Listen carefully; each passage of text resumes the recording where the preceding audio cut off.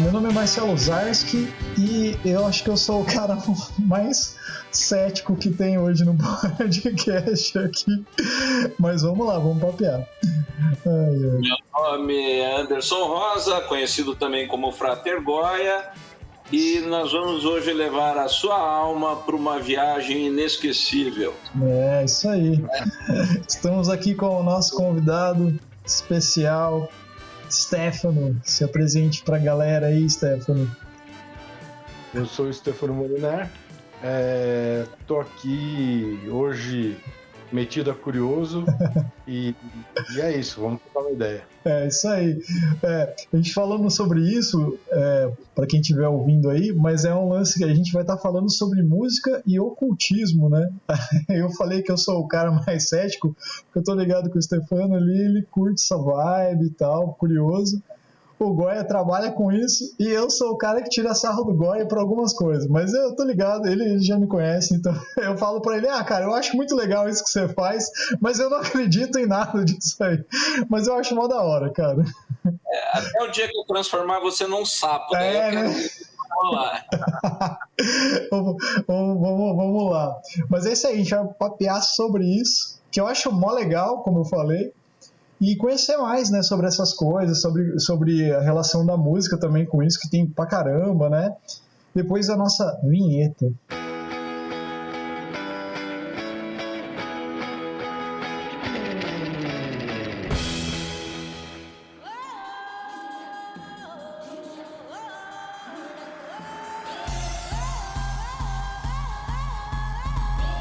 Mas é isso aí, ó. Galera, brincadeiras à parte aqui, o Goya já me conhece há tempo, eu tiro o maior sarro dele de algumas coisas. Na verdade não é sarro, eu fico enchendo o saco dele, mas tal coisa, assim. Mas assim, eu acho muito interessante esse lance o lance de ocultismo, pelo que eu vejo, assim, também tem uma relação com espiritualidade, assim, com esse lance não de religiosidade, mas do lance de espiritualidade, crer em alguma coisa, vamos dizer assim, além, ou é mais outra vibe, outra coisa. Fala aí, Goya, você que é o especialista no negócio e a gente vai somando. Isso. Então, na realidade, eu acho que tem uma coisa que as pessoas precisam enxergar e perceber, né? Isso é individual de cada um, é que a gente tem, por exemplo, várias vertentes de música, como a música gospel, músicas que são representativas de um determinado grupo. E, inclusive, a história, se você vê a história do blues e da música gospel, a gente até tratou disso num outro episódio, mas acho que aqui é o lugar mais apropriado. Quando você tem ali o nascimento do blues, quando que acontece isso? Você tem o pessoal que era escravo nas fazendas de algodão, nos Estados Unidos, e o blues ele vem das músicas de trabalho no campo, né? Então ela funciona como ritmo. Para o pessoal nórdico era lá os tambores, né, nas galés e tudo mais. Então, na África, o pessoal tinha muitos cantos voltados para o trabalho, porque isso, além de manter o moral alto, ajudava as pessoas a não sofrerem tanto o impacto físico daquele trabalho de campo. E o que acontece? Quando vem a escravidão, eles trazem esses cantos e daí basicamente você tem uma cisão aí. Um grupo vai entender que, ok, somos escravos, não temos muito o que fazer, então é melhor se abraçar com o inimigo para a gente sobreviver. E acaba criando o gospel. É o pessoal que meio que se conformou com a situação e diz, não, então... Se o homem branco tem lá a igreja que ele vai e frequenta, vamos levar nossos cantos para lá. Por isso que as igrejas mais fundamentalistas, aquelas famosas igrejas de negros nos Estados Unidos, tem aqueles cantos. Se você vê um terreiro evangélico, né? Porque os caras pulam, a música tem um baita de um ritmo, tem uma cadência. Então eles levaram o terreiro para dentro da igreja e transformaram a fé deles, já que não tinha como manifestar de outra forma, eles resolveram se abraçar e diluir a religiosidade nisso. Isso deu origem ao gospel. E o blues é o pessoal que não se conformou. É o pessoal que falou, cara, eu sou escravo, mas eu não quero estar aqui, eu não aceito isso, e a minha forma de me rebelar é colocar uma música. E aí todas as músicas de blues, quando tem aquela coisa do cara falando da mulher, que tratava mal ele, que tocou ele embora de casa, que ele ficou na pior por causa da mulher, ele está falando, na realidade, do dono da fazenda, né? Que ele sofria com aquilo. Então, a própria história do blues e do gospel mostra essa espiritualidade. E por isso que o blues está muito vinculado com essa coisa de vender alma na encruzilhada, tudo que é filme de terror que tem voodoo, a trilha sonora é blues, né? Porque é uma música de resistência. Então, ele virou uma música de resistência. Então, quando você tem hoje os hinos e a música gospel moderna, você também tem gente que curte outro tipo de vibe, seja ele um lance mais espiritual ou menos espiritual, e que vai se expressar através da música. E aí, respondendo a tua pergunta, né? Primeiro, ocultismo e espiritismo ou espiritualidade necessariamente não são sinônimos, né? Por quê? Porque o ocultismo trata daquilo que é oculto, que não é do grande público, né? Então, quando você tem as tramas aí, a lá arquivo X do governo, você já tem uma forma de ocultação, né? De ocultismo. Então, começa por aí.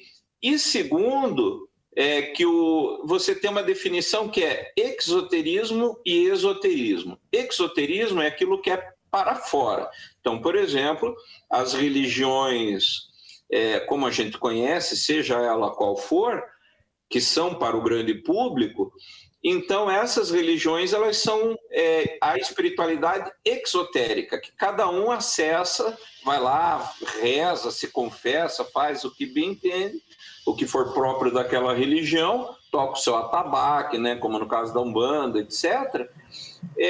E ele mostra ali aquele link com a espiritualidade. Só que quando você vai num lado mais profundo disso, você entra no esoterismo, aquilo que está interno, né? Então, aí você tem o próprio esoterismo cristão, né? O rosacrucianismo é um desses movimentos, o martinismo, etc. E você tem isso exposto nas obras de arte. Então, quando você vê, por exemplo, obras de caras que nem o Michelangelo, o Leonardo da Vinci, o próprio Wagner, Mozart, né? Esses caras eles levaram esses conhecimentos ocultos. O próprio Bach fez muito estudo em cima da medida áurea, né, e da sequência Fibonacci. Então, esses caras eles tinham um saber além e utilizaram isso para expressar a sua arte. Então, quando a gente fala de música e ocultismo, você pode ter basicamente duas grandes vertentes. Uma, que é alguém que quer propagar um determinado conhecimento, que aí vai fazer um som mais como Raul Seixas fazia aqui no Brasil, Viva o Novo Éon, Faz o que tu queres, há de ser todo da lei e tudo mais, né? Que seria uma coisa mais direta, ou você pode fazer isso que nem o Wagner fazia, de simplesmente tocar o mito, e ele recheava a harmonia dele com conceitos vinculados à medida áurea, a mexer com a emoção da pessoa através do uso da harmonia, né? Então você tem essas duas grandes vertentes. Às vezes você não precisa falar que você está vinculado a isso, né? Por exemplo, o heavy metal e derivados sempre tem uma vertente, um pezinho, né? A gente vai fazer o som do Janho e tal, mas você tem também o pessoal que não vincula isso e faz a arte em cima dessa vibe aí, né? Basicamente seria isso que eu colocaria numa introdução aí para o pessoal conhecer. Cara, Respondendo a sua pergunta, né, meu ponto de vista, que complementa aí talvez o que o Goya está falando, é assim, a partir do momento que você fala sobre espiritualidade ou ocultismo, o ocultismo ou qualquer tipo de conhecimento, você tem um monte de camadas para você poder interpretar aquilo que está ali. Primeiro, é alguém que se dispôs, muitas vezes, não raro, o cara dedica a vida dele ao estudo daquilo. Então, provavelmente, a coisa não vai ser rasa, né? E, por exemplo, você pega a Bíblia, né? Vamos pegar um livro de conhecimento geral. Cara, se você entender aquilo de forma literal, você tem uma leitura. Se você entender aquilo de forma espiritual, você tem uma segunda leitura. Se você ler aquilo de forma filosófica, você vai ter uma terceira leitura e nenhuma das três é dispensável, né? Se você colocar aí, por exemplo, um conceito histórico sobre o que está escrito ali, você tem um livro de história fantástico, né? Então, assim, quando você fala sobre o ocultismo ou aquilo que não está ao alcance de quem não for muito buscador, né? Aquilo que você não vai ligar a televisão e vai estar passando ali, você vai ter que ir atrás, você vai ter que conversar com pessoas que estão dispostas a falar a respeito e etc. Você pode, você pode interpretar aquilo tudo de inúmeras maneiras. Se você pega, por exemplo, o Bhagavad Gita lá, que é a conversa de Krishna com Arjuna, você não precisa acreditar naquilo como um fato literal. Se você entender aquilo de forma filosófica, aquilo te faz um bem danado, sabe? Aquilo te ilumina pelo grau de serenidade, de conhecimento que aquela conversa entre os dois tem. E aí me leva a crer que aquilo foi acessado de um nível de introspecção ou de meditação que levou quem escreveu no estado superior, sabe?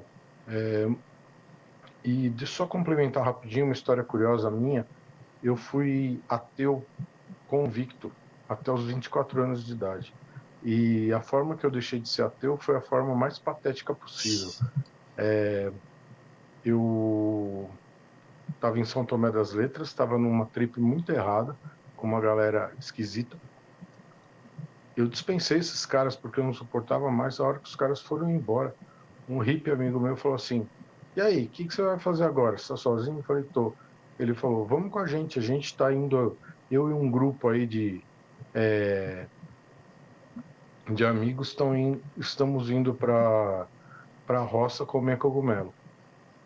Eu fui com os caras, comi o bagulho e de um determinado momento para frente eu entendi o que era a onipresença sobre aquele efeito ali. E de lá para cá, bicho, nunca mais voltou, né? Então, assim, eu concordo com todo tipo de argumentação e de tiração de sarro, e gosto também de tirar sarro, mas, bom, eu mudei, né? Eu assumo. E é muito interessante isso que você colocou, porque nas entrelinhas, pelo menos para mim, você deu, sabe, Stefano, um argumento muito interessante, que é você percebeu um além, né? Então, na realidade, foi uma experiência direta, né? Que não foi alguém te contando, foi você que teve a experiência. E eu acho que, principalmente, sim, primeiro, a gente tem que ter eu acho que fazer bagunça e tirar onda é normal, porque eu não levaria a sério ninguém que levasse a vida muito a sério. Então, a capacidade de rir de você mesmo e das suas próprias crenças é extremamente saudável a partir do momento que isso pode te trazer um olhar crítico, autocrítico, né?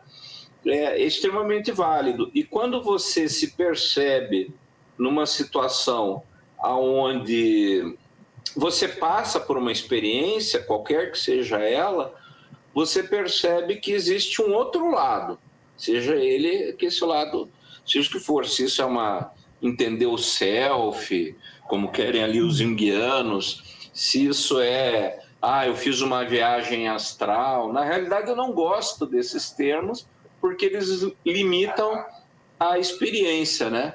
Se você faz uma meditação e uma voz lá dentro fala com você, ou fora, olha, muda a tua vida, velho, você está num caminho torto. Se isso foi um espírito antepassado, se isso foi viagem astral, se isso foi um anjo, se isso foi o teu inconsciente, isso de forma alguma vai mudar a experiência. Então a gente tem que estar mais atento à experiência do que ao rótulo, né? Nesse contexto. E isso que você falou, que você mudou a partir da experiência, é extremamente válido, sabe? E eu acho que a música, a gente jogando de novo para o tema do programa, quando você joga isso na música, eu acho que, fisicamente falando, é a forma mais pura de contato com a divindade. Aí você preenche divindade como você quiser. É Jesus Cristo, é Odin, é Deus, é o inefável, aí vai com você. Mas porque você não tem como parar, né? Às vezes pinturas, esculturas, que são formas sublimes também, a meu ver, da divindade. Quase toda a arte antiga é voltada para homenagem aos deuses, né, de alguma forma. Eu acho que a música ela atravessa tudo isso, né? Porque você não tem como fugir, ouviu, acabou, cara, entrou e passou reto por você, né? Às vezes uma pintura, uma escultura nem sempre vai te impactar tanto quanto uma música, né? Às vezes uma música que você nem entende a letra, de repente toca você de tal forma que você está chorando, né? E às vezes eu percebo que grandes compositores, na minha concepção, caras que produzem, como Mozart produziu, o próprio Papathanasios Vangelis, ou Vangelis para alguns, são caras que viram Deus. Não é possível, cara. Eles tiveram alguma percepção além, que nem você teve aí na tua experiência. O que escreveu lá, como que é? O Coltrane, né? O Coltrane, com aquele disco dele, nossa, que troço absurdo aquilo, né?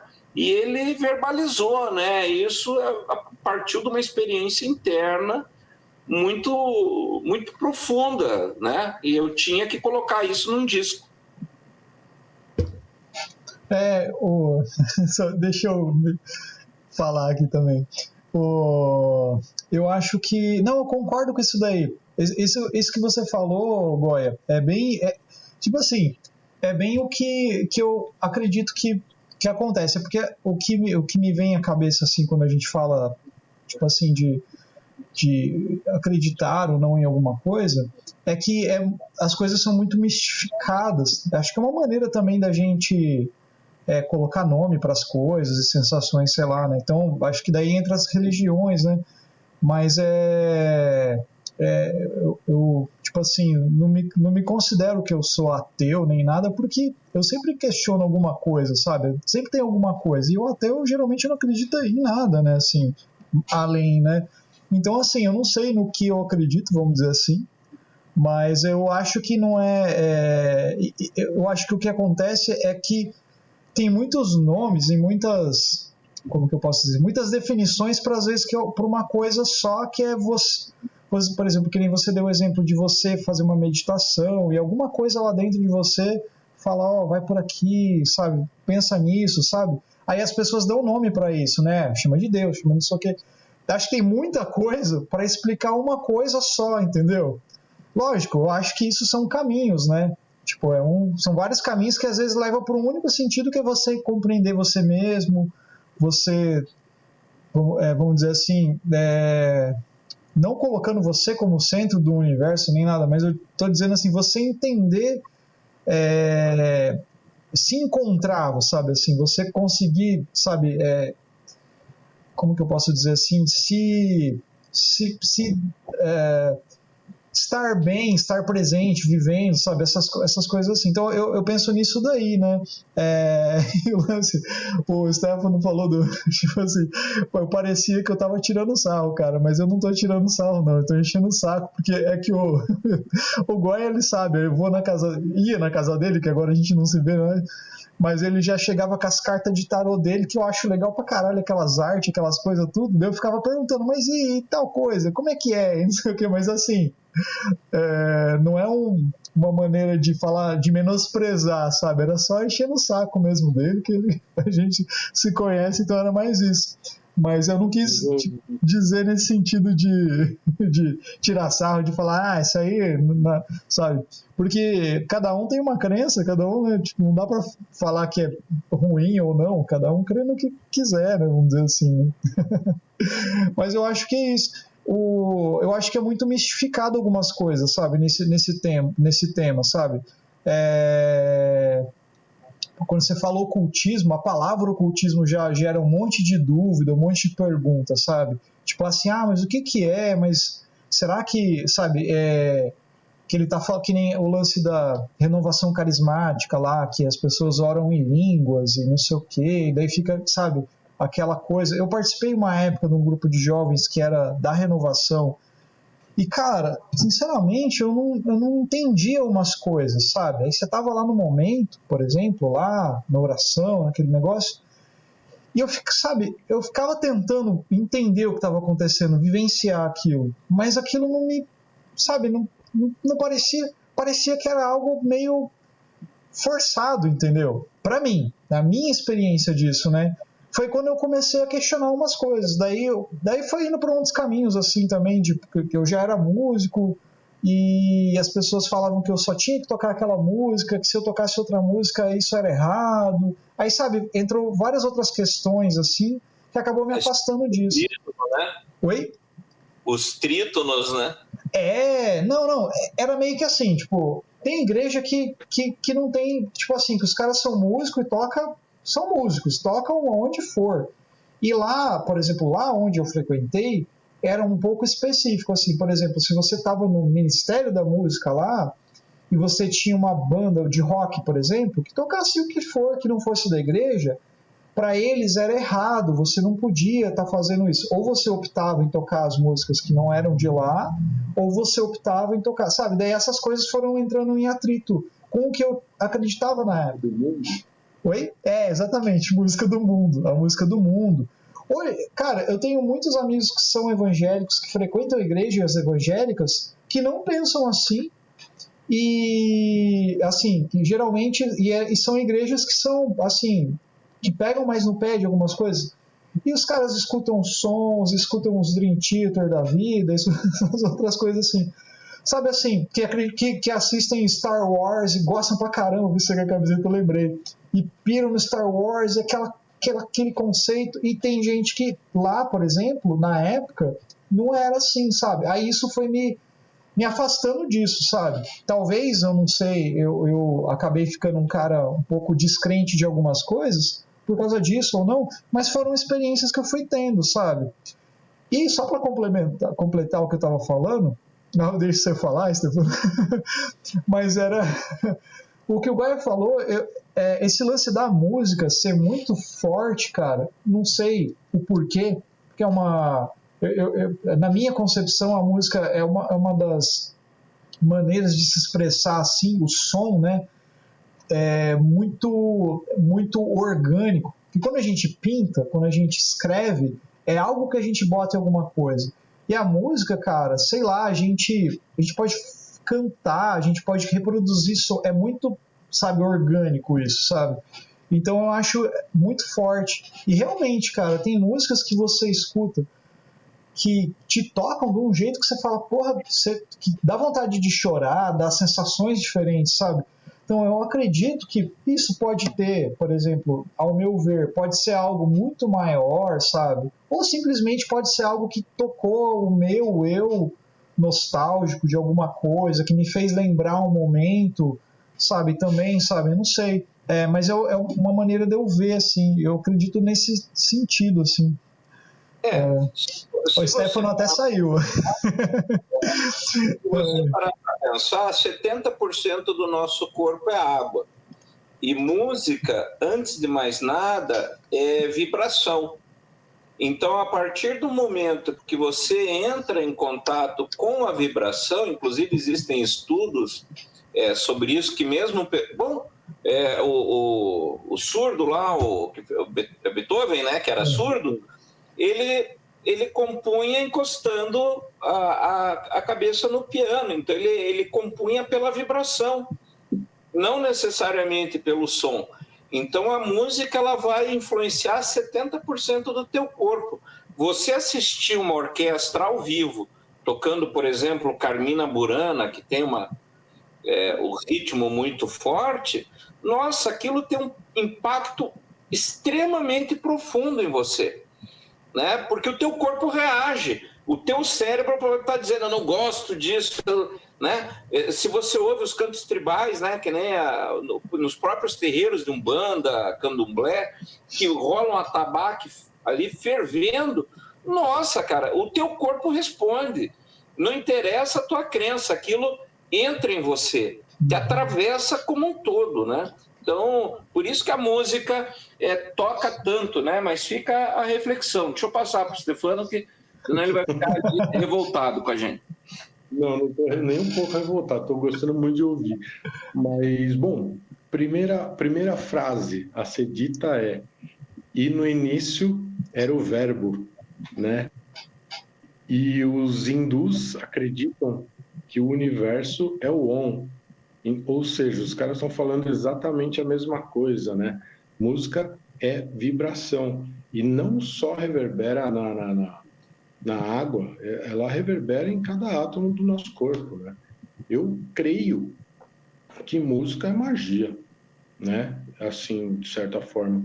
E digo mais, para mim, acho que eu já te falei, Marcelo, eu já busquei a espiritualidade a partir do momento que eu me entendi como não ateu, eu fui buscar, né? Um monte de coisas. Fui para retiro católico, fui para Fraternidade Branca, fui para um monte de lugares.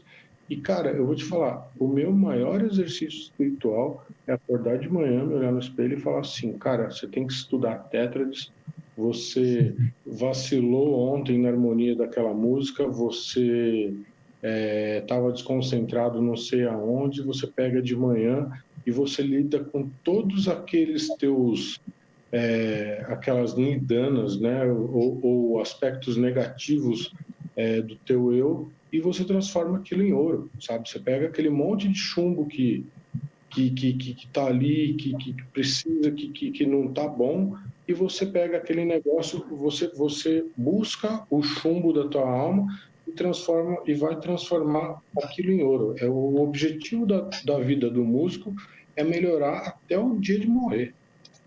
Não vai ter fim nunca. Então, assim, essa coisa da música relacionada à espiritualidade, para mim, é o maior exercício possível, sabe? Eu não sei se vocês concordam com isso, mas é uma reflexão que eu mantenho para mim com muita seriedade.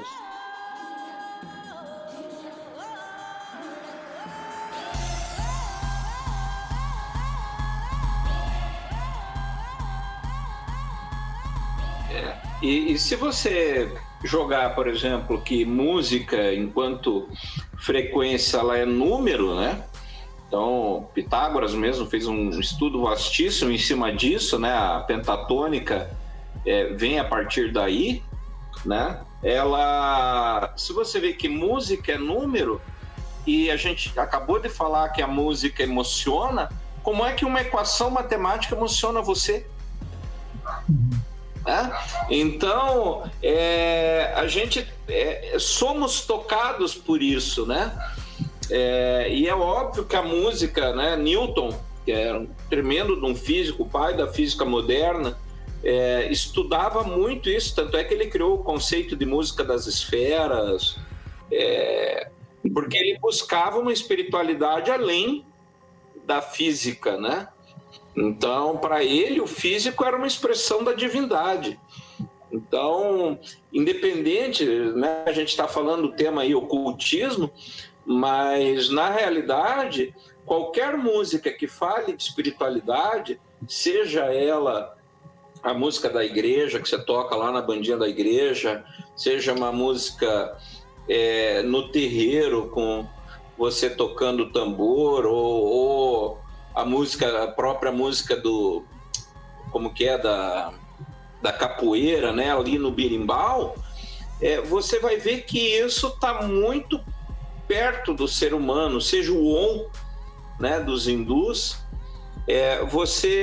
A música, ela talvez seja a coisa que nos eleva a um status além do humano, porque ela é capaz de tocar coisas que nada, você pode conversar com uma pessoa e ela discordar de você em tudo, e a música ela aceita. Então, e a partir do momento que a música entrou, né, eu mesmo, muito da minha formação enquanto indivíduo veio através das músicas que eu ouvia. Eu parar para ouvir o que o cara estava falando na letra da música, parar para entender aquele acorde mesmo, depois quando eu comecei a aprender um instrumento, né? Esses dias eu estava na pira Led Zeppelin aqui, aí eu falei, vou tirar umas coisas do Led Zeppelin aqui, umas coisas do Jimmy Page aqui. Nossa, quando eu comecei a tirar, achei algumas coisas tal, que aí eu fui tocando devagarinho para tirar, eu falei, nossa, mas que troço bonito isso aqui, um troço simples, mas como era bonito aquilo, eu escutava, eu tocava e dizia, nossa, que troço bonito, como é que ele chegou? E é um troço óbvio, um lick super comum, sabe? Totalmente do blues, ele deu ali uma interpretação ali que eu falei, putz, que lindo isso! E eram as mesmas 3 notas, então isso é uma coisa muito louca se você parar para pensar.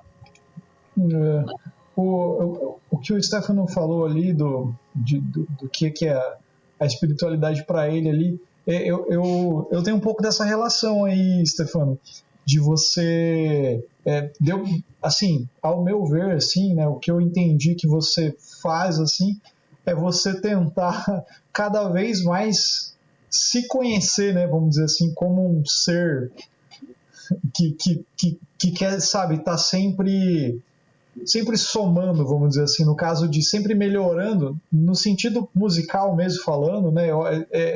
É uma coisa que eu me frustro às vezes, porque assim, eu sempre tento estudar, tipo, e deixar as coisas, fazer coisas para sempre estar melhor. Acho que é uma busca que o músico tem, mesmo sendo um músico que trabalha com música, ou um músico amador, sei lá, que ele sempre vai ter, ele sempre quer mais, né? Ele sempre quer estar melhorando. E às vezes eu me vejo assim, por exemplo, tem dia que você não quer tocar, tipo assim, não que você não quer tocar, mas que você não quer sentar e estudar, você quer tocar, sabe? Ainda mais no momento agora que a gente não pode tocar com os amigos e caso. E daí tem dia que você senta e você fala, porra, eu não queria estar fazendo isso aqui, eu preciso de pessoas para estar fazendo isso aqui, sabe? Tocando, transmitindo coisas com você, assim, sabe?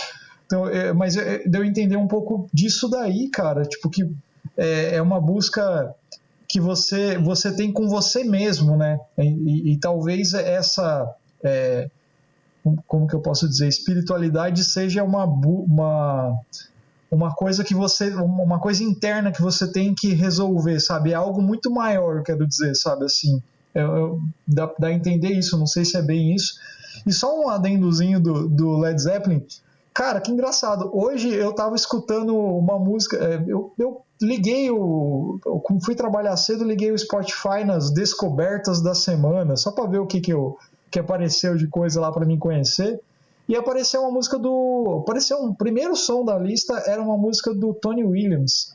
Puta, que eu não vou lembrar o nome agora. Eu não vou lembrar, tá lá na playlist. Foda pra caralho, na vibe das antigas dele. E depois tocou No Quarter, do Led Zeppelin. Cara, eu nunca tinha parado pra ouvir No Quarter. Eu reparei isso hoje.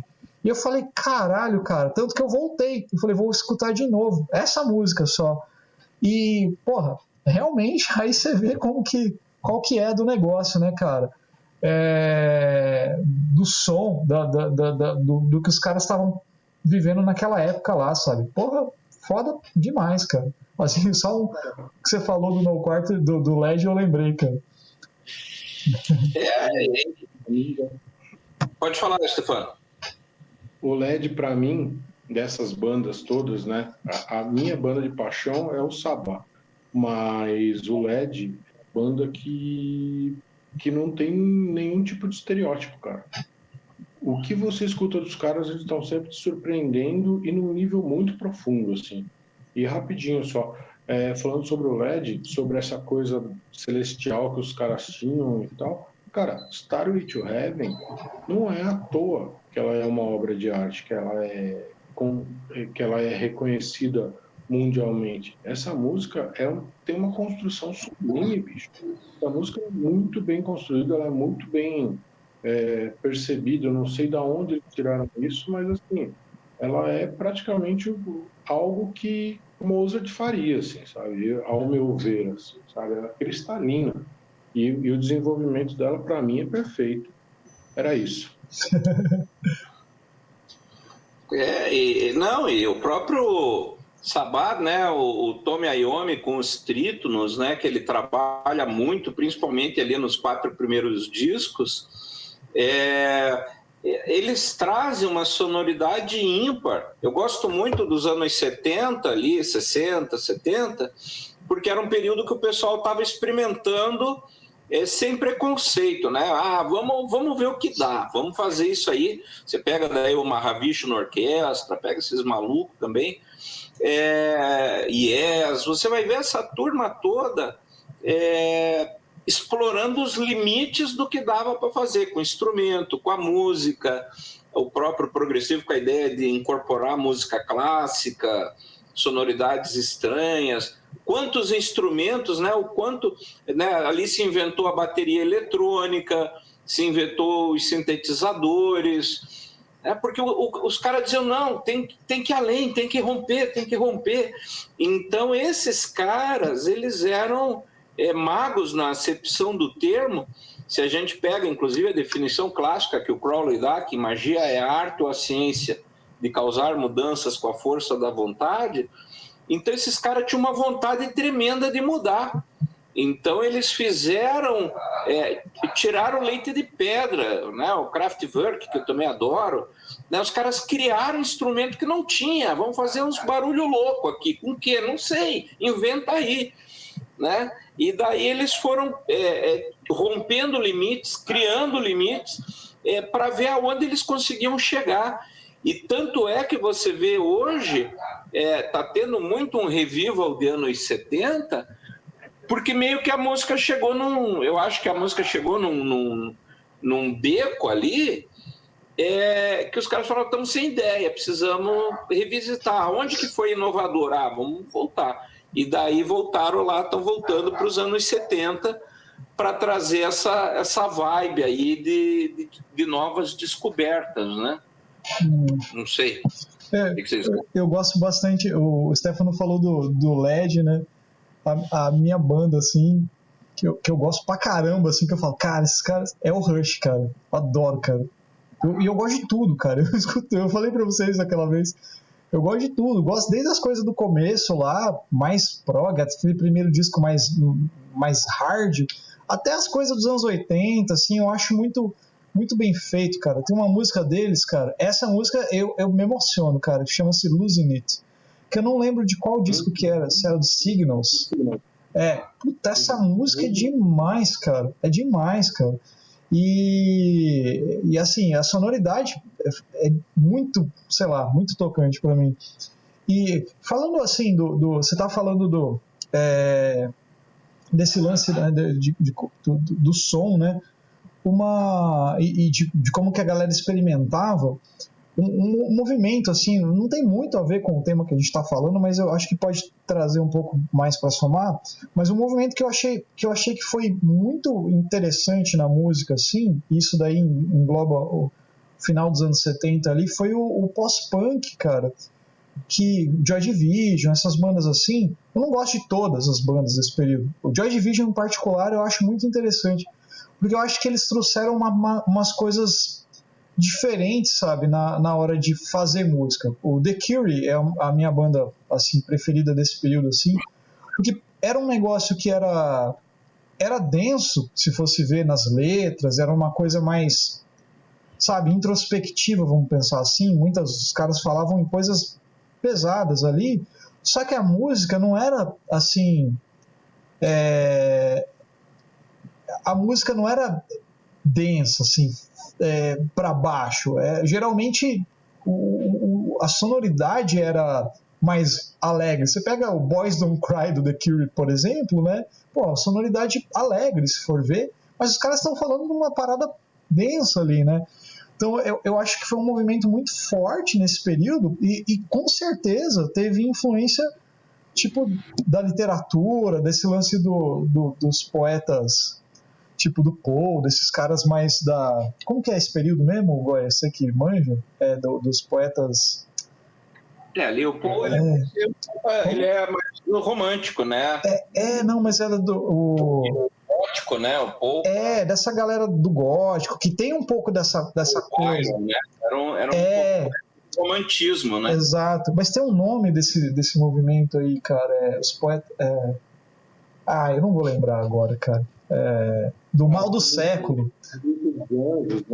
É isso. Daí tem essa, por exemplo, Bauhaus, uma banda que eu não conhecia, assim, sempre ouvi falar, por causa até da música do Legião lá. E eu fui ouvir e falei, porra, os caras eram dos tensos, assim, cara. Os caras iam pro cemitério, Sisters of Mercy, por exemplo, essas coisas assim. Então, é umas coisas que eu acho que foi um movimento muito foda, cara. Eu acho que é muito tenso. E uma banda, assim, que veio desse movimento, mas foi pra outra coisa depois, que tem muito esse lance espiritual, cara, é o The Cult. O vocalista do Cult lá, ele era muito ligado nesse lance da mitologia dos índios. Ele era meio uma vibe Jim Morrison, assim, era muito ligado nessa cultura de espiritualidade indígena. Tanto o primeiro disco, cara, que acho que eu não lembro o nome do primeiro, mas é o que tem Spirit Walker, umas coisas assim, trazia muito disso, mas a sonoridade da banda era diferente, né, cara? Não sei o que vocês acham aí. Vocês curtem essas bandas aí também? Não sei. Eu tô falando as bandas que eu escuto. Que eu acho legal. Estilo gótico. Ele era gótico, né? O estilo gótico, que é uma versão do romantismo. Mas eu tava tentando lembrar os poetas do mal do século. Era esse... Travou de novo, mais uma vez. Vou fazer de novo aquele esquema. Beleza. Eu tava falando lá, era os poetas do mal do século, cara, que eu queria lembrar. É que esse mal, o mal do século é por causa do Byron, por causa da tuberculose. O Byron, ele tinha uma grana violenta, nunca trabalhou, que nem o Crowley. E ele gastou todo o dinheiro dele numa guerra da Turquia contra a Grécia. Morreu aos 32 anos de tuberculose. E daí toda uma geração né, que achava que era bonito morrer de tuberculose e tal, que era a doença dos poetas, né? Entendi. Então, aí isso tudo vem do Byron, a influência do Byron. Do Byron mesmo. E aí tanto... E nessa esteira aí do movimento romântico e gótico é que aparece, por exemplo... Frankenstein, de Mary Shelley, já que a gente citou o Poe aí, e o Byron, né, a história nasce porque estava chovendo, eles estavam numa casa de campo do Peter Shelley, né, e aí ele e a Mary Shelley, o Peter Shelley, ele escreveu Ozymandias, poesia lindíssima que fala sobre Ramsés II, né? E eles estavam tudo de saco cheio, não tinha o que fazer, né? Sem luz, chovendo pra cacete e tal. E daí eles lançaram ele, o Byron e a Mary Shelley, vamos fazer o seguinte, vamos ver quem faz o melhor conto de horror numa noite chuvosa. E ela sai com Frankenstein, né? Então a Mary Shelley era poderosa, a guria, né? Um dos maiores livros de ficção até hoje, né? O Prometeu Moderno. E então esses caras, e daí o Poe também, ele entra nessa vibe, ele vai falando muito sobre a morte, sobre as dores da alma, né, que é bem característico, é uma vertente que sai do romantismo, né? E essas bandas que você falou, eles é o movimento neogótico, né? Então o próprio The Cure é um dos grandes representantes aí do movimento, né, neogótico e tal. E você tem várias bandas aí nesse período que aderiram à vibe com relativo sucesso, né? De cantar as dores da alma.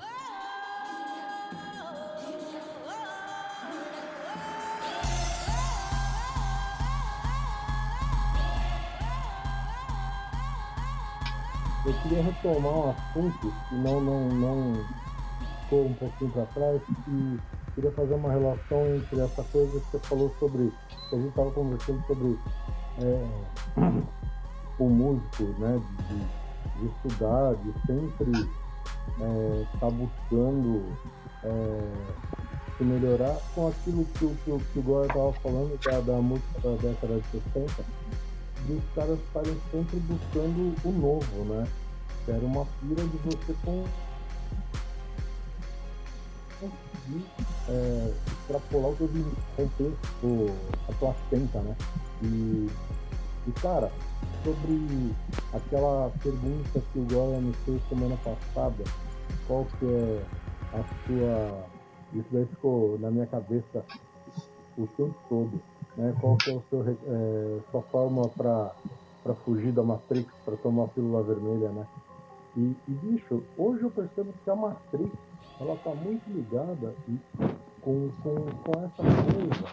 Por exemplo, igual eu estava falando sobre hoje tá tendo um revival da década de 60, porque os caras buscavam, naquela época tinha essa coisa da inventividade, só que hoje se busca a forma que os caras se vestiam, se busca o timbre que os caras usavam, se busca as gírias que eles usavam, só que eles não buscam o espírito da década, e aí que eu acho que é a Matrix agindo novamente, sabe? Tipo, o cara não tá buscando o profundo, ele busca o raso. Se você vai na galeria do rock, você vê que o negócio se transformou de uma galeria de discos em uma galeria de roupa, sabe? E eu acho que essa é uma extrapolação muito cristalina da época que a gente está vivendo, né? Semana passada a gente estava falando que a gente pegava os discos e a gente decorava as músicas, a gente aprendia as letras, a gente via quem gravou, a gente sabia a história dos músicos e tal. E mano, por exemplo, na minha história, né, e eu devo muito ao rock isso, que o rock tem essa coisa de sempre estar flertando com temas que são muito curiosos, né? Então, por exemplo, você pega o Iron Maiden. Quando eu peguei aquela capa da Number of the Beast, você pega aquele bicho lá manipulando o diabo, você fala, meu Deus do céu, o que esses caras estão querendo dizer com isso, né? Os caras estão falando do diabo e no final eles estão falando nada mais, nada menos do que de algo bíblico, né? Ou quando os caras fazem Power Slave e trabalham com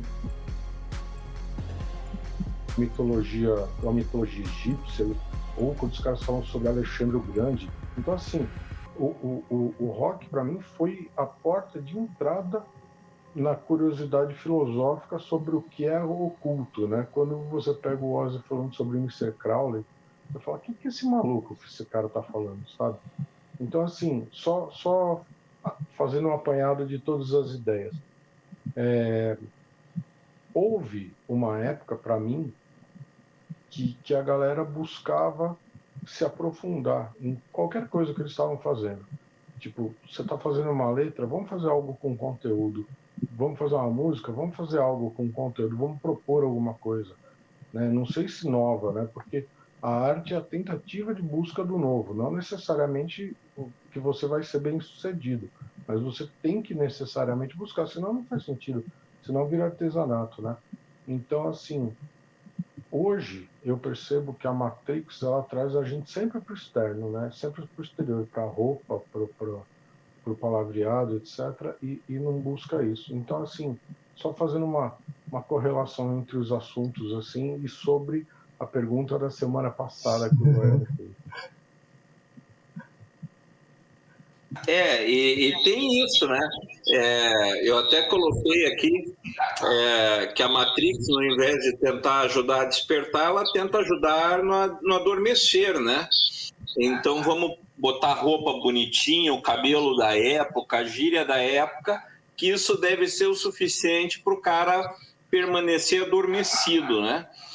E sendo que na realidade, quando você pensa nesse despertar, né, nessa busca, a pessoa que busca, ela aos poucos vai se tornando livre, né? Porque queira ou não, uma das frases mais ditas aí, mal compreendidas, é o conhecimento liberta. Não é? Então, à medida que você vai se aprofundando, quando você pega, né, a gente tinha muito isso, eu estou aí com 51 anos aí, a gente não tinha disco, era caro, era caro pra cacete. Então você comprava um LP, você ouvia ele até comprar o próximo, ouvia, virava, botava de novo, ouvia de novo, então você sabia, essa é a segunda música do lado B, essa é a terceira música do lado A. E você decorava, você sabia até onde estava o estalo do vinil, de tanto que você ouvia, então aquilo se embrenhava em você, sabe? E tinha isso, você olhar a capa do disco, né, a arte das capas sempre foi um troço fabuloso na indústria musical. Você pegar um disco com uma capa maluca, assim, como você citou aí, né, pega os discos do Iron Maiden, o que eles querem dizer com aquela capa? Né? O que o Led Zeppelin queria falar com aquela capa? O que é as capas do Pink Floyd, do Yes? Nossa, você pega lá a capa do, acho que é o Fragile do Yes, assim, aquele globo afastado, com aquele navio chegando. Nossa, você pira a cabeça naquilo. E isso suscita uma busca, você quer entender, você quer, né? Seja para entender o texto em inglês, seja para entender o que aquilo, por que aquilo tocou você, né? Então isso é muito maluco, né? E realmente é uma relação de autoentendimento, né? Por que eu não entendo isso? Total, cara, isso aí é verdade. A gente, esse lance aí qual é a fórmula pra gente sair da Matrix, né? Vamos dizer assim. Cara, acho que no mundo que a gente tá hoje, a gente, não sei se, assim, a gente tá constantemente tentando não viver a Matrix, né? Porque tudo que a gente faz te leva pra lá, te leva a crer que você tá vivendo um negócio que é programado, né, cara?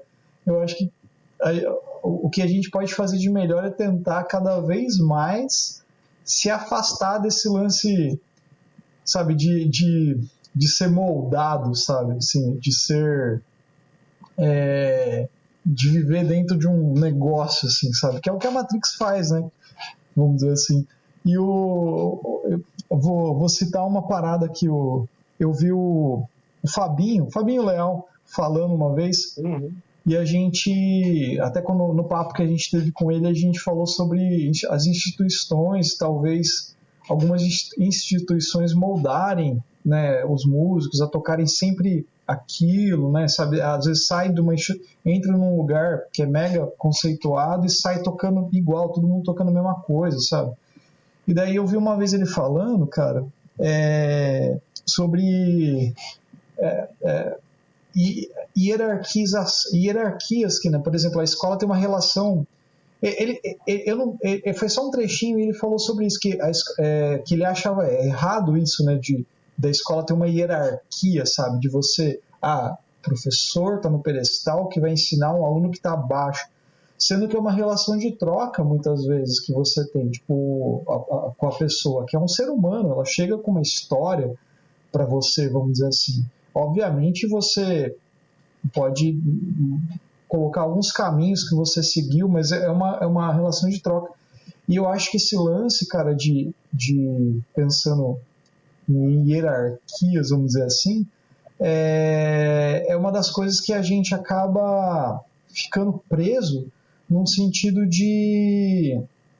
Hoje a gente vive nesse mundo que as grandes hierarquias moldam, vamos dizer assim, quem está lá em cima, vamos dizer assim, no poder, molda várias coisas, molda vários conceitos, e a gente acaba caindo nesses conceitos, caindo em caminhos, assim, sabe? E cabe, eu acho, talvez a gente, como artista, tentar fugir disso. Eu gosto bastante de pensar em, por exemplo, se alguma coisa é muito vista e está bombando e está todo mundo falando, hoje, no mundo hoje, é porque ou faz muito dinheiro, sabe? Ou tem alguém botando muito dinheiro para essa coisa ser vista. Porque assim, e isso vai vir, tipo assim, geralmente essas coisas, elas acabam gerando um monte de coisas iguais. Então é legal a gente, eu penso em tentar fugir de alguma coisa nesse sentido, sabe? Tanto no fazer arte, quanto no ver alguma coisa, sabe? Obviamente, eu acho que a gente acaba, às vezes, consumindo, por exemplo, vamos pensar, cerveja. Você vai consumir cerveja, tipo, porque tá todo mundo consumindo aquela cerveja, porque todo mundo te mostra aquela cerveja.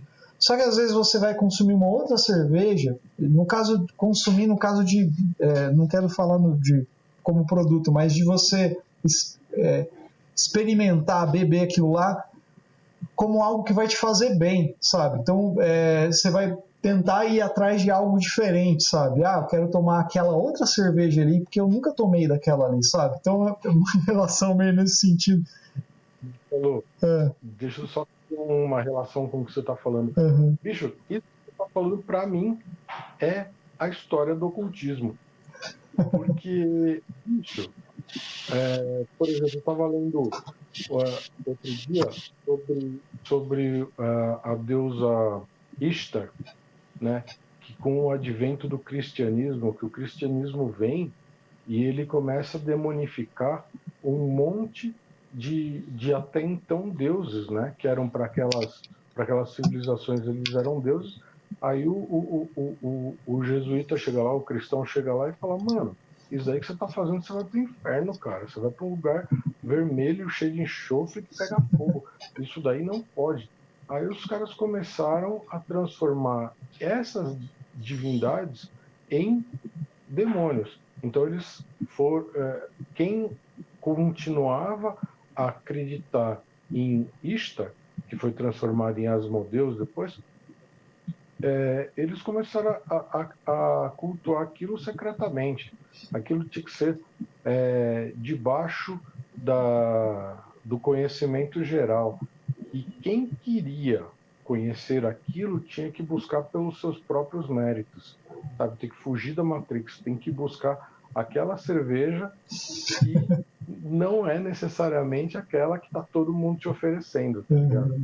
Então, assim, quando você dá risada, com todo respeito, só fazendo aquela alusão da primeira conversa, sobre as coisas que de repente você vê na casa do Goy, coisas do tipo. Cara, são coisas que simplesmente saíram, ao meu ver, eu não sei se o Goy concorda com isso, saíram do acesso popular ou geral, muito por conta desse tipo de demonização que foi estabelecido principalmente, ao meu ver, pela instauração da Igreja Católica Apostólica Romana. Eu não sei se você concorda comigo, Góis. Sim, porque na verdade o que acontece? Toda religião ela tem que ser melhor que a anterior, né? Então ela acredita nisso. Então se eu quero ser melhor que alguém, eu tenho que mostrar mais serviço. E justamente quando a nossa mais recente a igreja, o cristianismo, né, a Igreja Católica Apostólica Romana, ela vem com isso de demonizar todas as divindades anteriores, né? Então vamos abafar isso aí para que as pessoas não sigam mais, né? Então eles derrubavam monumentos antigos e botavam uma igreja no lugar, que é a tentativa de suplantar ali o óbvio, né? Só que eu tenho, inclusive, uma palestra que eu faço que é sobre os aspectos simbólicos da Virgem Maria, e eu mostro que desde o Egito você tem aquela mesma imagem e a Igreja Católica não trocou, ela simplesmente foi incorporando aqueles símbolos e foi dando outra nomenclatura, né?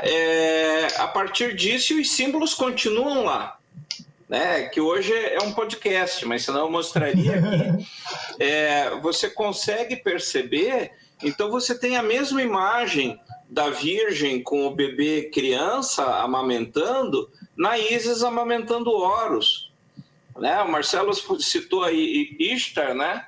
Você citou Ishtar, e na realidade, se você olhar na primeira temporada daquele seriado lá alemão, como que é, Marcelo? Dark, né? Dark. Sim. Quando eles entram na caverna, tem lá Ishtar. Uhum. Né? Então ela aparece lá na primeira temporada. Então, e de novo, o público não está olhando, mas de repente alguém que é curioso, que imagem é essa? Que estátua é essa que eu estou vendo aqui? E daí ele vai atrás, né? Você sabe que eu sempre comento que os mitos eles mudam de roupa, porque eu acredito que o símbolo se impõe, né? Então, por mais que venha uma outra religião e de novo tente soterrar todo esse simbolismo, ele vai prevalecer diante da religião, porque a religião pertence ao homem e o símbolo pertence ao universo, né? Então a gente nunca pode esquecer isso. Então você pega no Antigo Egito, você tinha o pessoal que uma vez por ano tirava, então a imagem da deusa Ísis ficava lá no interior de um templo, escondida com véu. E aí, uma vez por ano, eles levavam ela de um templo para o outro. Daí que vem o termo do Ísis sem véu, da Blavatsky, né? E daí, eles levavam a estátua caminhando às margens do Nilo, aí ela entrava num barco e era levada até o templo, onde ela ia ficar mais um ano e no próximo ano voltar. Não é o mesmo ritual de Nossa Senhora dos Navegantes, que a gente tem lá em cima, né? É um ritual. Então o pessoal pode dar o nome que quiser, mas o símbolo se impõe, né? Então, mas existe sim essa tentativa de você vedar. Aqui em Campo Mourão, Stefano, nossa, vai pegar fogo isso, vai Isso pegar. É verdade. Esse papo é o do Carneiro? Esse aí é legal.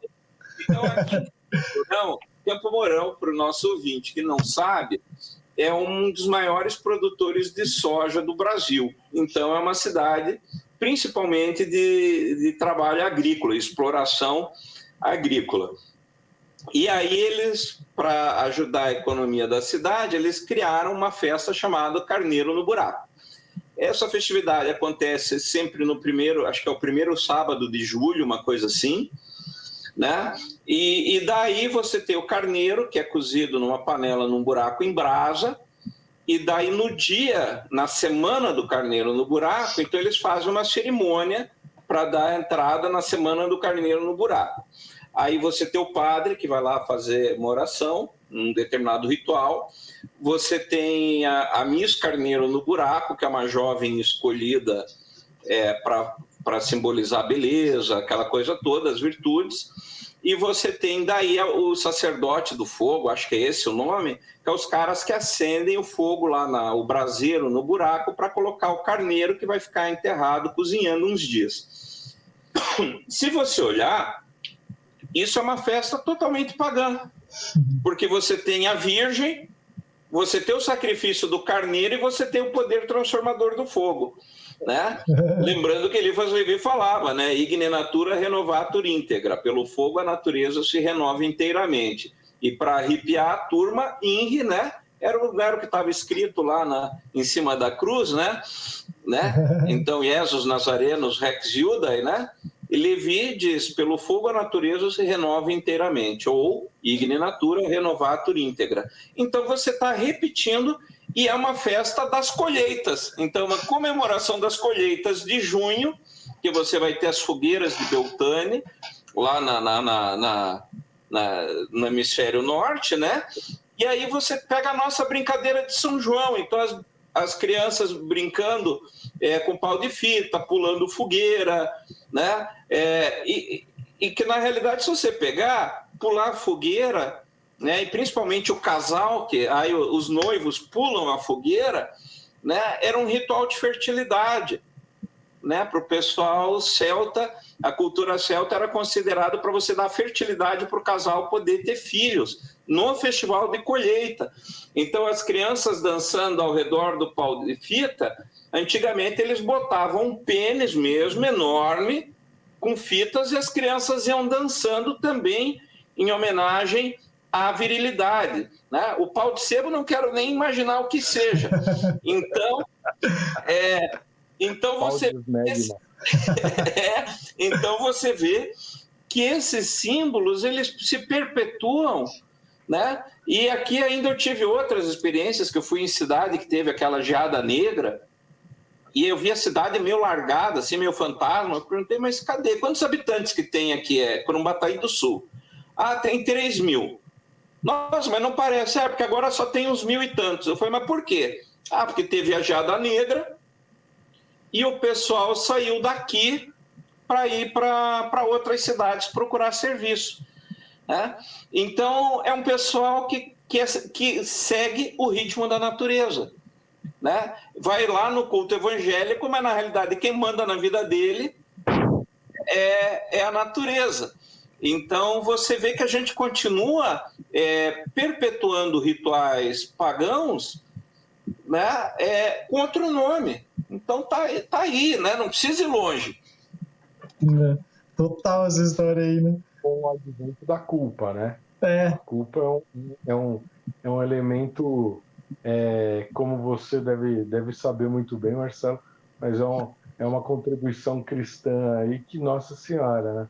Muda muitas coisas. Né?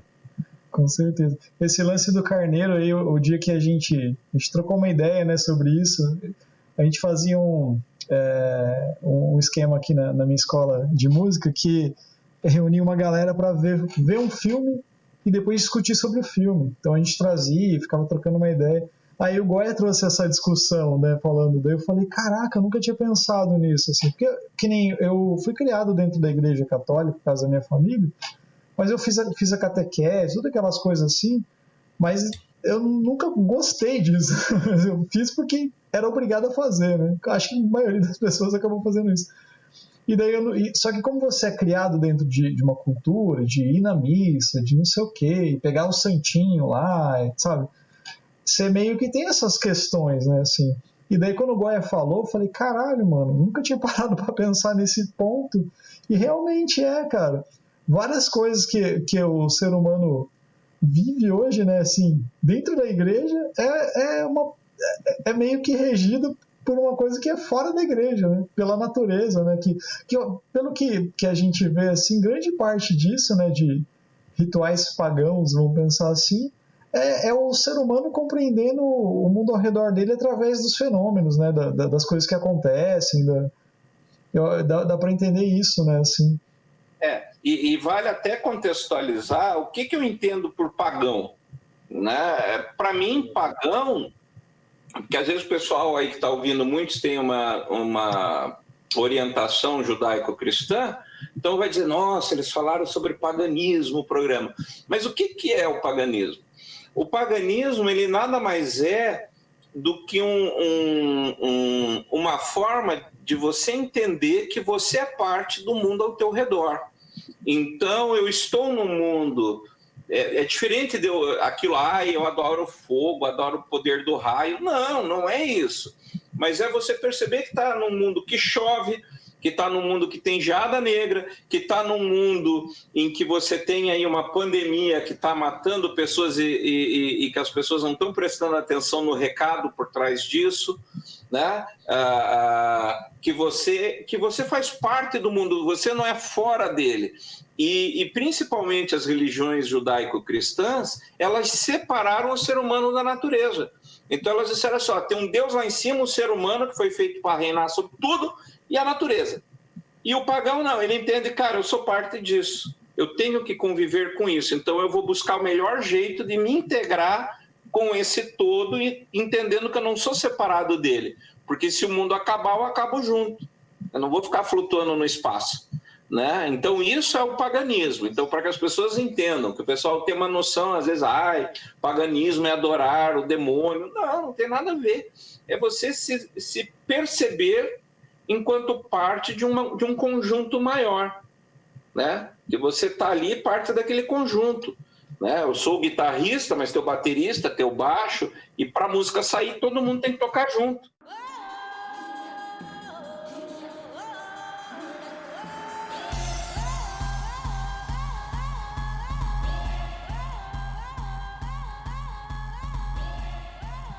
Eu observei nesses últimos 2 anos aí alguns fenômenos de demonização muito curiosos, né?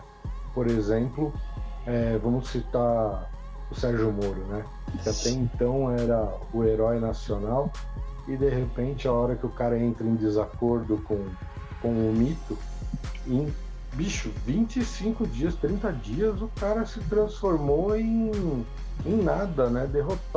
Derreteram o cara em cima de uma campanha de midiática muito bem feita, transformaram o cara do herói nacional em, de repente, um demônio ou um nada em muito pouco tempo, né? Ele perdeu muita credibilidade. Então, assim, essa maneira que a propaganda tem de enaltecer ou qualidades ou defeitos e fazer com que isso se transforme, isso é uma coisa muito característica, eu percebo no trato católico, no advento do catolicismo, assim, né?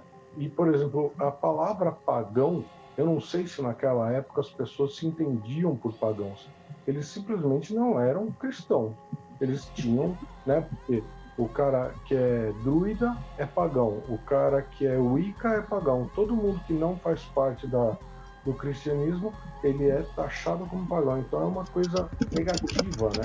É a mesma coisa que bárbaro. Bárbaro até então era quem não era romano, né? E de repente foi atribuído a força do termo, ela se carrega de algo bruto, de algo destrutivo, de algo agressivo, violento, né? E na verdade eram tribos que não eram romanas, né? Então, assim, essa coisa da demonização é muito curiosa e é recente. É fácil você buscar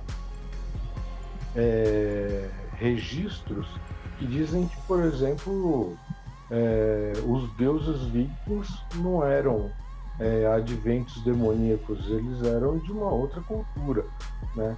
E a galera não tá nem aí. Se você acredita em Thor, você tá errado, sabe? Por exemplo.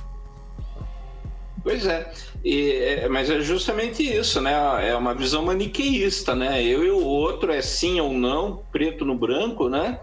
E você tem essa demonização, né? Através de propaganda, né? Tanto religiosa quanto política, né? Hoje em dia, quem não é a favor é esquerda, né?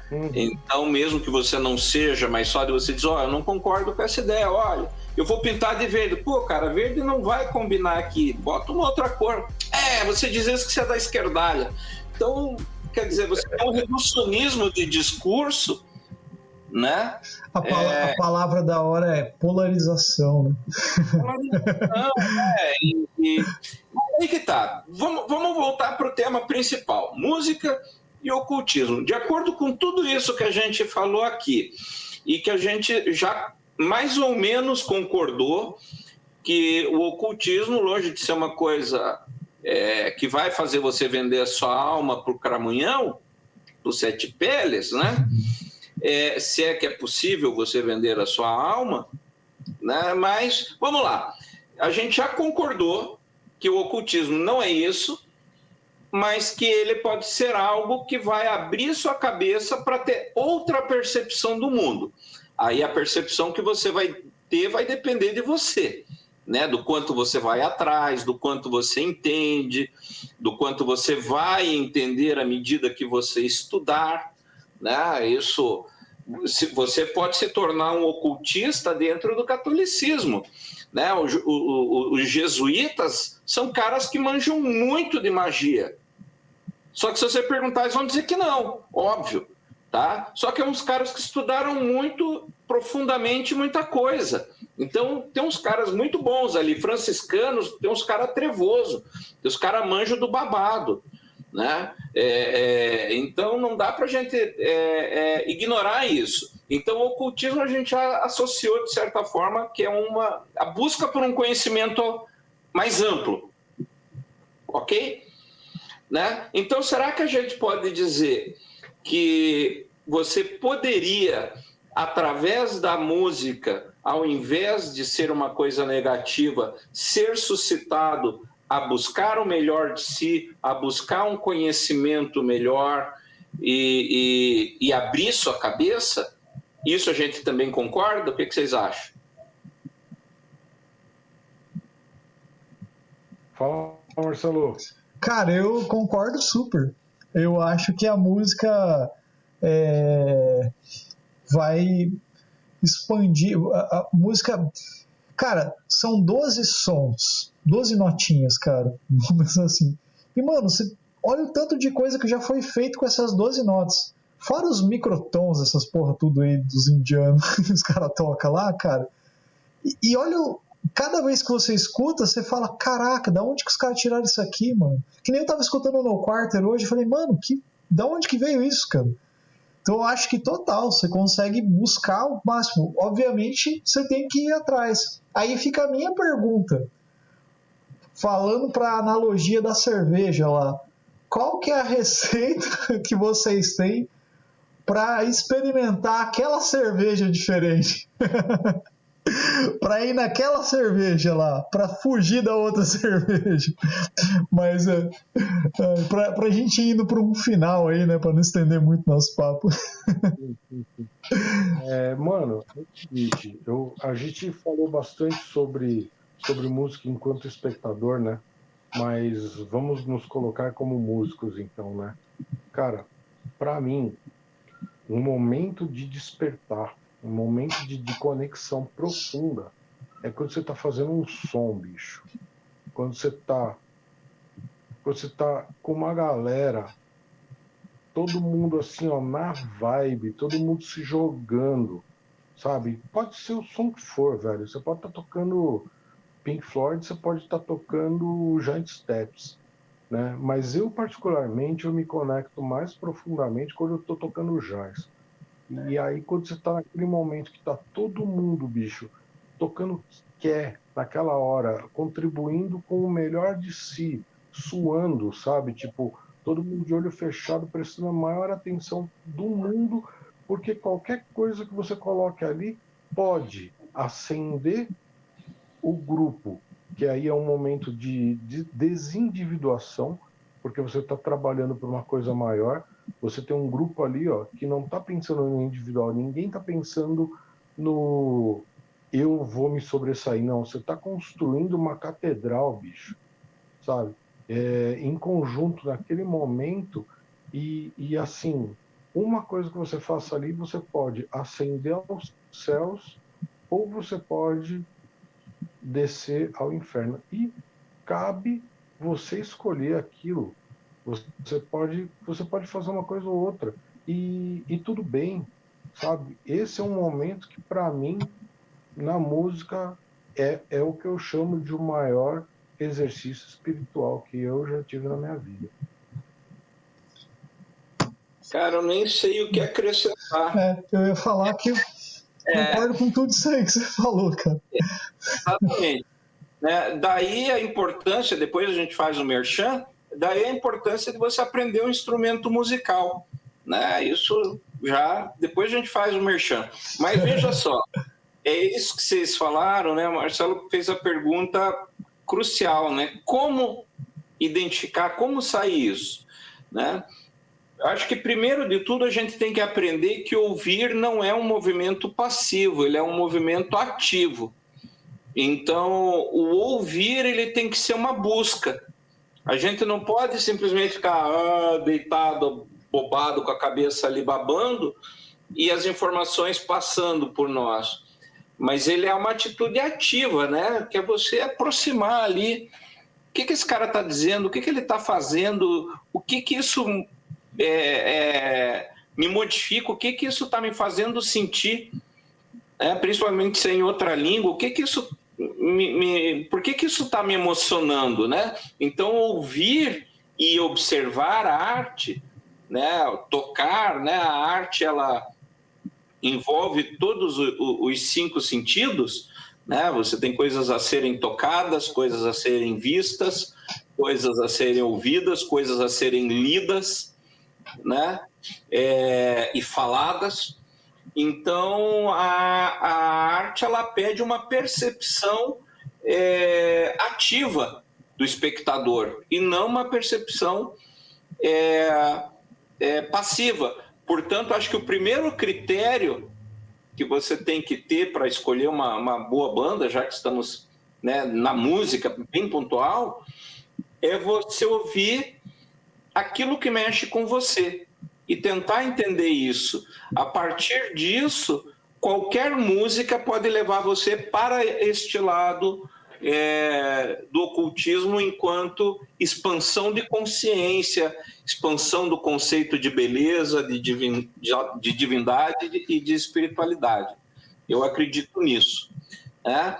E aí eu faço uma pergunta para os meus 2 companheiros aqui do Congresso, para a gente ir encerrando, mas é assim, que som pirou a cabeça de vocês nesse sentido, de fazer você ouviu aquilo e disse, cara, eu vou buscar saber mais. Né? Sejam bandas declaradamente ocultistas ou não. E aí peço para o Stefano a relação dele de contas de bandas ocultistas que ele ouviu aí, ouve aí para o ouvinte. Vai lá, Marcelo, começa contigo. Caraca.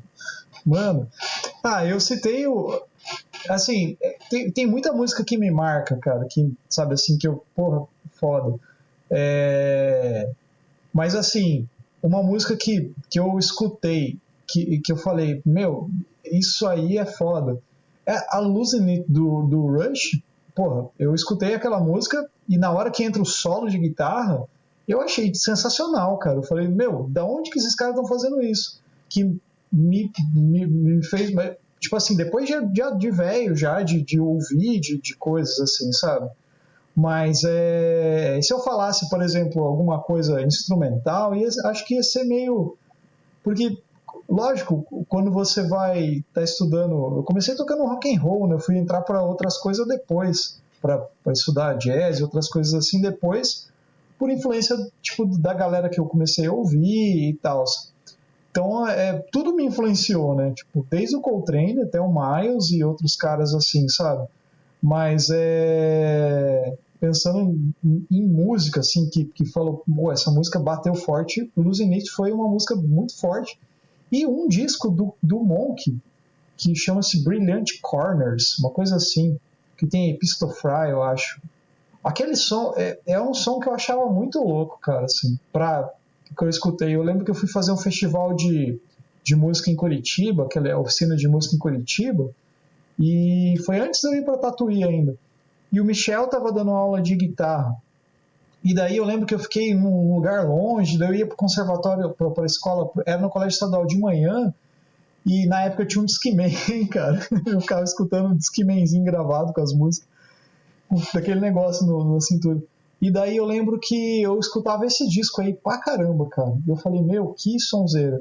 Era o disco Brilliant Corners. Mas música, assim mesmo, foi essa do Rush me fez eu escutar outras coisas, assim, porque ela não é uma música que é classic rock tradicional, não é uma música instrumental, sabe, assim, apesar de ter um monte de passagem instrumental nela e tal, mas era uma música que marcou bastante, cara. Os timbres de guitarra, sei lá, eu vejo isso aí. Mas não sei, o que você tem pra dizer? Trata a letra dessa música? Cara, Sabe é alguma coisa tipo do artista. fala a letra Do da artista. música? Pelo que eu entendi, é o artista envelhecendo. Por exemplo, uma bailarina envelhecendo e não podendo mais dançar. Tipo isso daí, né? E é muito tocante isso, cara. Foi isso que me pegou, caralho, sabe? A hora que você vê, você fala, meu, arrepia, cara. Já pensou você envelhecer não conseguindo fazer o que você fez a vida inteira e que você mais gosta de fazer, sei lá, você gosta de tocar e você não consegue mais tocar, é meio que esse sentido, né, da bailarina perdendo, né? Sim. Foda. É engraçado esse negócio, porque assim, por exemplo, eu não sou fã de Doors, mas eu fiquei apaixonado pelo filme, né? Eu achei fantástico aquele filme. E antes disso, eu sempre gostei de monstro, né? Sempre quando eu brincava de Ultra Seven, eu queria ser um monstro, né? Não sei o quê. Bicho, sempre gostei do Darth Vader, eu sempre tive um flerte com essa coisa do anti-herói, né? E, e de repente, putz, por exemplo, quando eu comecei a escutar rock, eu me identifiquei muito com essa coisa, e eu lembro, bicho, de eu chorando, pedindo para minha mãe não me levar na igreja, porque eu tinha medo das imagens. Então, assim, eu acho que quando eu comecei a escutar rock, quando eu comecei a ver esse flerte na verdade, a negação do establishment, né? Quando o cara fala do diabo, na verdade, ele está negando aquilo que está estabelecido como regra fundamental, né? Em princípio. E eu comecei a gostar muito disso. E isso me chamou muita atenção. Teve o Iron Maiden, teve essa coisa do Sabá. Depois, quando, bicho, eu entrei na loja, eu vi a capa do Venom, que era o, o pentagrama invertido lá. Eu falei, bicho, eu não sei o que é isso, mas eu quero isso para mim, né? E eu vendi uma bicicleta para comprar um pirata do Merciful Fate. Eram coisas que me encantavam. Merciful Fate é uma banda que trabalha com ocultismo e que eu acho que é um dos caras que mais lida seriamente com isso, que eu gosto muito, assim, né? Respondendo a questão do Goya. E aí você pega essas coisas mais progressivas, né? Você pega essas coisas do Yes mesmo, e eles trabalham muito com a ideia do astral, com a ideia do celestial. O som do Yes é celestial, né?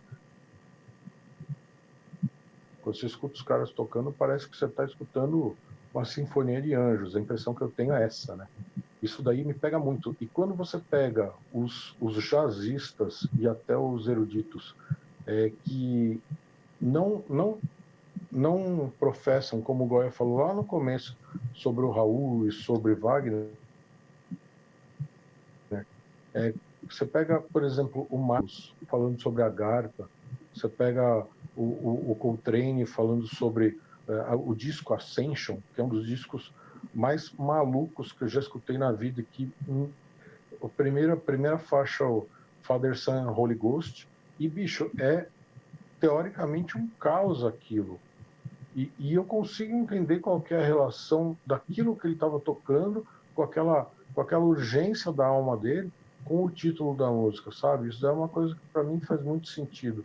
Isso daí é uma coisa que me encanta demais. Quando você pega o jazz e você percebe que o cara tá se doando para algo que para ele é mais do que fazer um sonzinho. Aquilo ali para ele é o mais excelso da vida dele, assim, sabe?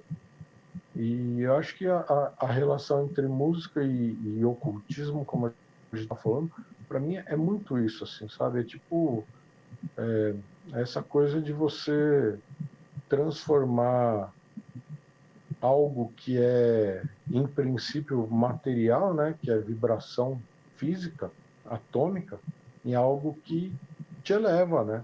Que te leva para onde você quer. Que, tipo, de fato, te tira do plano imediato da matéria. Aonde te leva, não sei, mas pode ser para vários lugares, mas que ele te possibilita portais infinitos, isso não tenho dúvidas, né? Nossa. Paro por aqui. Mas, cara, sempre um prazer, mano. Muito legal, cara. Temos que armar mais isso aí, cara.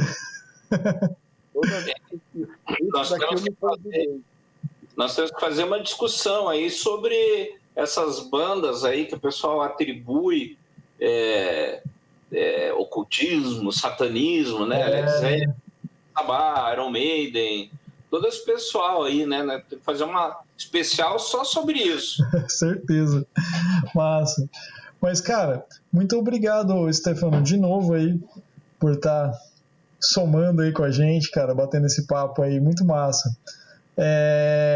Goia também, mais alguma coisa aí pra gente encerrar com a galera? Deixar um abraço. O Stefano já apareceu no programa, em alguns episódios aí que você procurar na playlist, quem estiver ouvindo, na playlist do nosso podcast. E o contato dele tá na descrição. Só falar com o cara dá aulas, tem disco que eu vou ouvir com mais calma ainda, que não tive tempo de parar e ouvir ainda, mas já a primeira música já curti.